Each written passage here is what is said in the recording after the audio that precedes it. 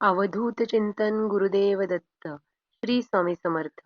मित्रांनो, स्वागत आहे तुमचं माझ्या चॅनलवर, ज्याचं नाव आहे श्री स्वामी समर्थ सेवेकरी.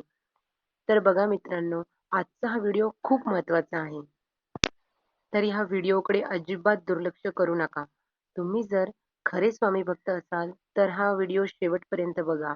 जर तुम्हाला पैशांची अडचण असेल, खूप मेहनत करून सुद्धा तुमच्याकडे पैसा येत नसेल, तर या व्हिडिओमध्ये मी तुम्हाला एक चमत्कारिक मंत्र सांगणार आहे.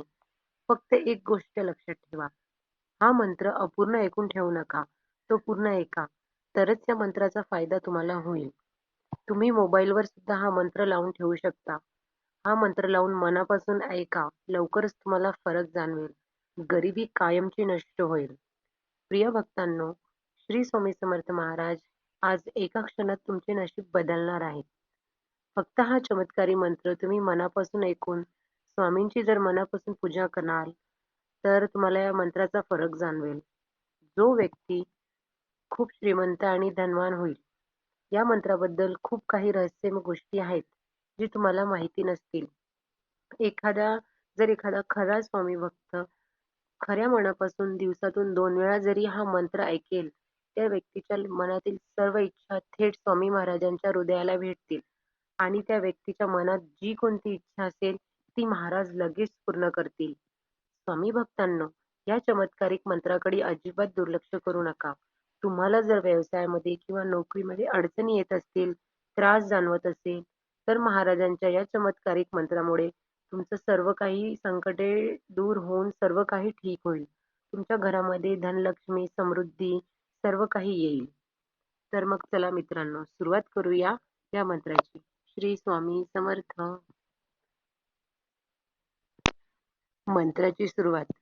ओम ऋणमुक्तेश्वर श्री स्वामी देवाय धनलाभो समृद्धी लाभो नमः.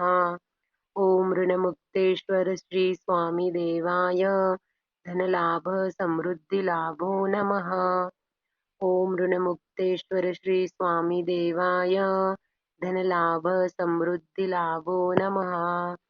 ओम ऋणमुक्तेश्वर श्री स्वामी देवाय धनलाभ समृद्धी लाभो नमः. ओम ऋणमुक्तेश्वर श्री स्वामी देवाय धनलाभ समृद्धी लाभो नमः.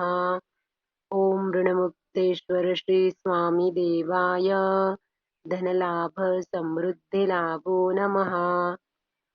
ओम ऋणमुक्तेश्वर श्री स्वामी देवाय धनलाभ समृद्धी लाभो नमः.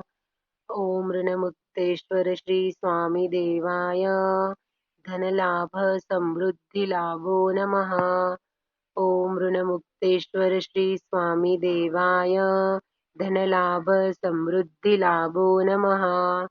ओम ऋणमुक्तेश्वर श्री स्वामी देवाय धनलाभ समृद्धी लाभो नमः. ओम ऋणमुक्तेश्वर श्री स्वामी देवाय धनलाभ समृद्धी लाभो नमः. ओम ऋणमुक्तेश्वर श्री स्वामी देवाय धनलाभ समृद्धी लाभो नमः. ओम ऋणमुक्तेश्वर श्री स्वामी देवाय धनलाभ समृद्धी लाभो नमः. ओम ऋणमुक्तेश्वर श्री स्वामी देवाय धनलाभ समृद्धी लाभो नमः. ओम ऋणमुक्तेश्वर श्री स्वामी देवाय धनलाभ समृद्धी लाभो नमः. ओम ऋणमुक्तेश्वर श्री स्वामी देवाय धनलाभ समृद्धी लाभो नमः. ओम ऋणमुक्तेश्वर श्री स्वामी देवाय धनलाभ समृद्धी लाभो नमः. ओम ऋणमुक्तेश्वर श्री स्वामी देवाय धनलाभ समृद्धी लाभो नमः. ओम ऋणमुक्तेश्वर श्री स्वामी देवाय धनलाभ समृद्धी लाभो नमः. ओम ऋणमुक्तेश्वर श्री स्वामी देवाय धनलाभ समृद्धी लाभो नमः. ओम ऋणमुक्तेश्वर श्री स्वामी देवाय धनलाभ समृद्धी लाभो नमः. ओम ऋणमुक्तेश्वर श्री स्वामी देवाय धनलाभ समृद्धिलाभो नमः। ओम ऋणमुक्तेश्वर श्री स्वामी देवाय धनलाभ समृद्धिलाभो नमः। ओम ऋणमुक्तेश्वर श्री स्वामी देवाय धनलाभ समृद्धिलाभो नमः। ओम ऋणमुक्तेश्वर श्री स्वामी देवाय धनलाभ समृद्धिलाभो नमः। ओम ऋणमुक्तेश्वर श्री स्वामी देवाय धनलाभ समृद्धिलाभो नमः।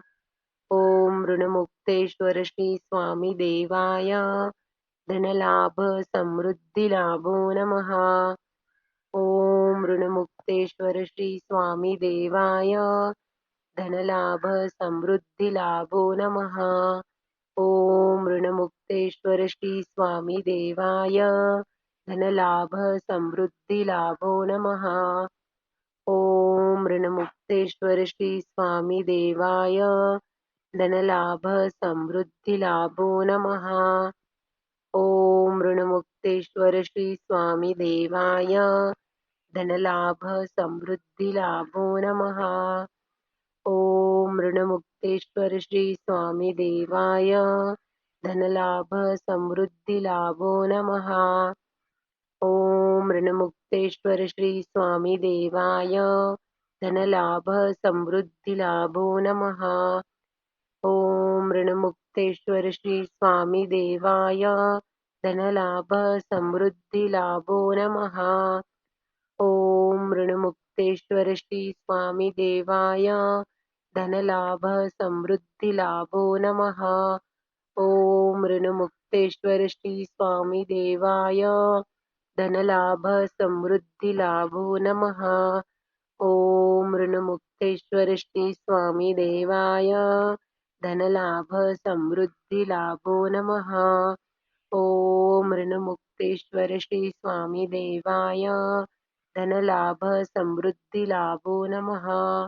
ओम ऋणमुक्तेश्वर श्री स्वामी देवाय धनलाभ समृद्धिलाभो नमः।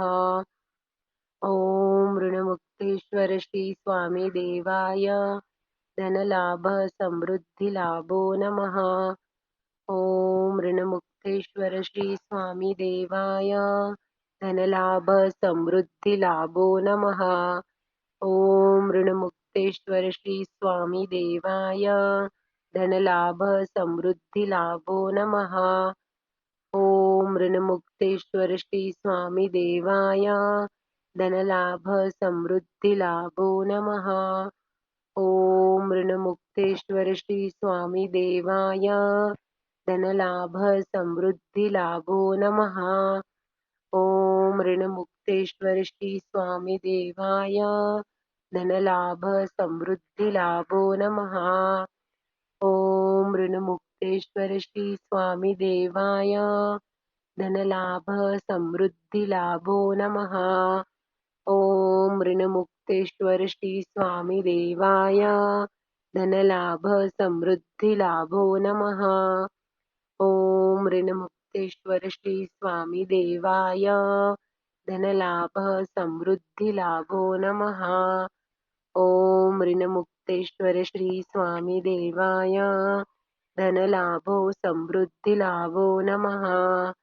ओम ऋणमुक्तेश्वर श्री स्वामी देवाय धनलाभ समृद्धिलाभो नमः। ओम ऋणमुक्तेश्वर श्री स्वामी देवाय धनलाभ समृद्धिलाभो नमः।